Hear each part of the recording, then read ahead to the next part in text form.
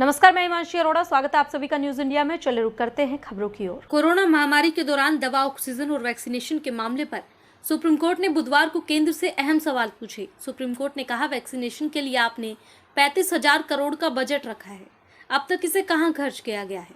साथ ही कोर्ट ने केंद्र से वैक्सीन का हिसाब मांगा और ये भी पूछा कि ब्लैक फंगस इन्फेक्शन की दवा के लिए क्या कदम उठाए गए हैं। बता दें, 18 से 44 साल के लोगों को कोरोना वैक्सीन लगाने की केंद्र सरकार की पॉलिसी को भी सुप्रीम कोर्ट ने तरकीन बताया है।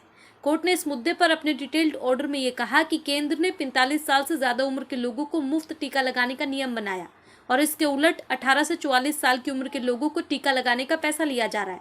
कोर्ट ने कहा, वैक्सीनेशन के शुरुआती 2 फेज में केंद्र ने सभी को मुफ्त टीका उपलब्ध कराया। इसके बाद जब 18 से 44 साल के एज ग्रुप की बारी आई तो केंद्र ने वैक्सीनेशन की जिम्मेदारी राज्यों और केंद्र शासित प्रदेशों की सरकारों पर डाल दी। उनसे ही इस एज ग्रुप के टीकाकरण के लिए भुगतान करने को कहा। केंद्र का यह आदेश पहली नजर में ही मनमाना और तर्कहीन नजर आता है। और चलिए बढ़ते हैं अगली खबर की ओर। कोरोना महामारी के दौरान जहां एक और लगातार फ्रंटलाइन में लगे डॉक्टर्स कोरोना वॉरियर्स की भूमिका निभा रहे हैं, तो वहीं दूसरी तरफ उनके ऊपर गलत टीका टिप्पणी और उनकी पिटाई तक की जा रही है। ताजा मामला असम के होजाई जिले का है, जहां पर इलाज के दौरान एक कोरोना मरीज की मौत के बाद कुछ लोगों ने युवा डॉक्टर की जमकर पिटाई की। सोशल मीडिया पर यह वीडियो खूब वायरल हो रहा है, जिस पर असम के मुख्यमंत्री हेमंत बिस्वा शर्मा ने वीडियो को ट्वीट करते हुए बताया कि इस मामले में पुलिस ने 24 लोगों को गिरफ्तार कर लिया है। इसी के साथ रुक करते हैं अगली खबर की ओर। आपको बता दें कि बिहार के पूर्वी चंपारण में शराब तस्करी की जानकारी मिलने के बाद पुलिस वहां पर जांच करने के लिए पहुंची तो गांव के कुछ लोगों ने उन पर हमला कर दिया।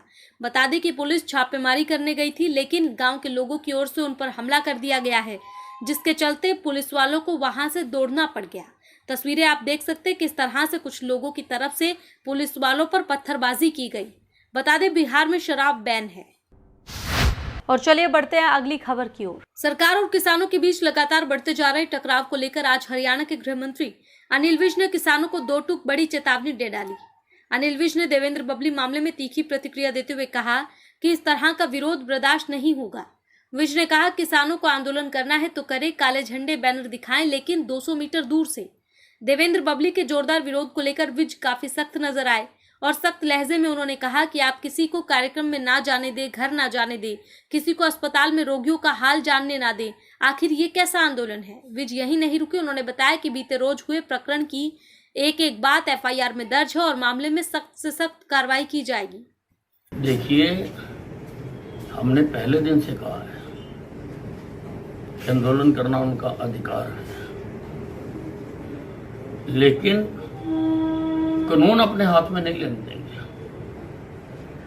कल जिस प्रकार से वहां पर झड़प हुई है और काफी गंभीर जख्म भी आए हैं, इस चीज को बर्दाश्त नहीं किया जाएगा। पूरी कार्रवाई की जाएगी, सख्त कार्रवाई की जाएगी। हर मामला वहां पर FIR में इतराज हुआ है और उस मामले के मुताबिक जो धारा बनती होगी, उस धारा के तहत जो लोग होंगे उनके खिलाफ कार्रवाई की जाए। इसी के साथ रुक करते हैं अगली खबर की ओर। आपको बता दें कि ब्लैक फंगस पर रोहतक PGI ने बड़ा खुलासा किया है। ब्लैक फंगस से जिस भी व्यक्ति की आंख की रोशनी चली जाती है, उसमें दोबारा रोशनी आने की कोई गुंजाइश नहीं रहती और आंख निकाले जाने के बाद अन्य आंख का प्रत्यारोपण भी संभव नहीं है। बता दें कि हरियाणा में ब्लैक फंगस के मामले लगातार बढ़ते जा रहे हैं। अब तक 1000 से अधिक लोग इसकी चपेट में आ चुके हैं। डॉक्टरों का कहना है कि ब्लैक फंगस के कारण आंख की नसें पूरी तरह से गायब हो जाती हैं, जिसके कारण पूरी आंख को निकालना पड़ता है। अगर शुरुआत में भी लक्षण पता लग जाए तो आंख को बचाया जा सकता है। PGIMS रोहतक में ब्लैक फंगस के कारण 4 मरीजों की आंखें निकाली जा चुकी हैं, जिनको केवल आर्टिफिशियल आंख ही लगाई जा सकती है, लेकिन रोशनी कभी नहीं लौट पाएगी। इस वक्त की खबर रोहतक से आ रही है। बता दें कि रोहतक उपायुक्त कैप्टन मनोज कुमार ने कहा कि महामारी को लेकर स्थिति पूरी तरह से नियंत्रण में है। जिला प्रशासन के पास मरीजों के उपचार के लिए सभी आवश्यक संसाधन उपलब्ध हैं। कैप्टन मनोज कुमार ने आज जिला पुलिस अधीक्षक राहुल शर्मा और अन्य प्रशासनिक अधिकारियों के साथ गांव हसनगढ़ का दौरा किया। गांव में प्राथमिक स्वास्थ्य केंद्र पर जाकर सुविधाओं का निरीक्षण भी किया और मौके पर ही प्राथमिक स्वास्थ्य केंद्र के स्टाफ और ग्रामीणों से सीधा संवाद किया। उन्होंने स्वास्थ्य केंद्र में उपलब्ध दवाइयों के बारे में स्टाफ से रिपोर्ट प्राप्त की और आवश्यक दिशा निर्देश भी दिए। इस दौरान कैप्टन मनोज कुमार ने फील्ड और हेडक्वार्टर टीमों से बातचीत कर उन्हें निर्देश दिए कि सर्वे का कार्य लगातार जारी रखें। और चलिए बढ़ते हैं अगली खबर की ओर। रोहतक PGIMS ने आज अपना 13वां स्थापना दिवस मनाया। स्थापना दिवस की शुरुआत हवन यज्ञ के साथ की गई। वहीं इस मौके पर कई कार्यक्रमों का आयोजन भी किया गया। बता दें कि 2 जून 2008 को विश्वविद्यालय की स्थापना हुई थी। कोरोना महामारी के चलते इस बार स्थापना दिवस काफी बड़े स्तर पर ना मनाकर छोटे स्तर पर ही मनाया गया। कुलपति डॉक्टर OP कालरा ने बताया कि इस मौके पर संस्थान के कुछ प्रोजेक्ट्स की शुरुआत की गई, जिनसे लोगों को लाभ होगा। वहीं प्रदेश में कोरोना और ब्लैक फंगस को लेकर भी डॉक्टर OP कालरा ने जानकारी दी।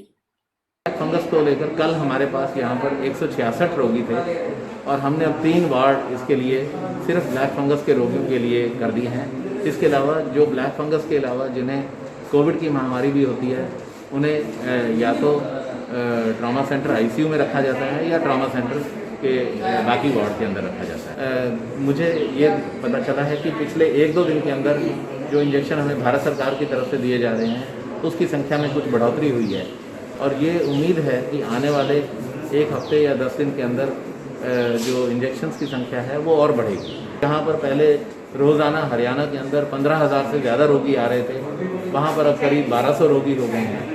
तो हमें उम्मीद है कि आने वाले 1 हफ्ते 15 दिन के अंदर जो है ये संख्या और बहुत ज़्यादा घटेगी। लेकिन ये संख्या घटने का मतलब ये नहीं है कि हम बिल्कुल इसके बारे में भूल जाएं। हमें अभी भी जो कोविड अप्रोप्रिएट बिहेवियर है, चाहे वो मास्क है, चाहे वो सोशल डिस्टेंसिंग है, चाहे वो सैनिटाइजर यूज है। इसी के साथ रुक करते हैं अगली खबर की ओर। आपको बता दें कि विश्व तंबाकू दिवस के उपलक्ष्य में आपातकालीन रक्तदाता पैनल की तरफ से गांव मांडोठी में स्वैच्छिक रक्तदान शिविर का आयोजन किया गया, जिसमें मुख्य अतिथि के तौर पर वैश्य एजुकेशन सोसाइटी के पूर्व प्रधान नवीन जैन रहे। कार्यक्रम की अध्यक्षता जिला रेड क्रॉस सचिव देवेंद्र चहल ने की। इस मौके पर नवीन जैन ने कहा कि गांव का युवा आज जागरूक है। कई बार गलत संगत की वजह से तंबाकू आदि नशे के जाल में फंस जाता है, लेकिन नशे से कभी किसी का भला नहीं हुआ। रक्तदान जैसे सामाजिक सरोकार से अपने जीवन में सकारात्मकता और संयम का संचार करें। वहीं बाबा कालिदास ने कहा कि युवाओं को नशे से दूर रहना चाहिए, क्योंकि इससे परिवार के साथ साथ स्वयं के करियर को नुकसान पहुंचता है। देवेंद्र चहल ने कहा कि गांव में भी विश्व तंबाकू दिवस के महत्व के बारे में प्रचार प्रसार की आवश्यकता है। रक्तदाता प्रेरक JP गौड़ ने बताया कि तंबाकू का सेवन जानलेवा हो सकता है, इससे दूर रहें और रक्तदान करें ताकि दूसरों का भी भला हो।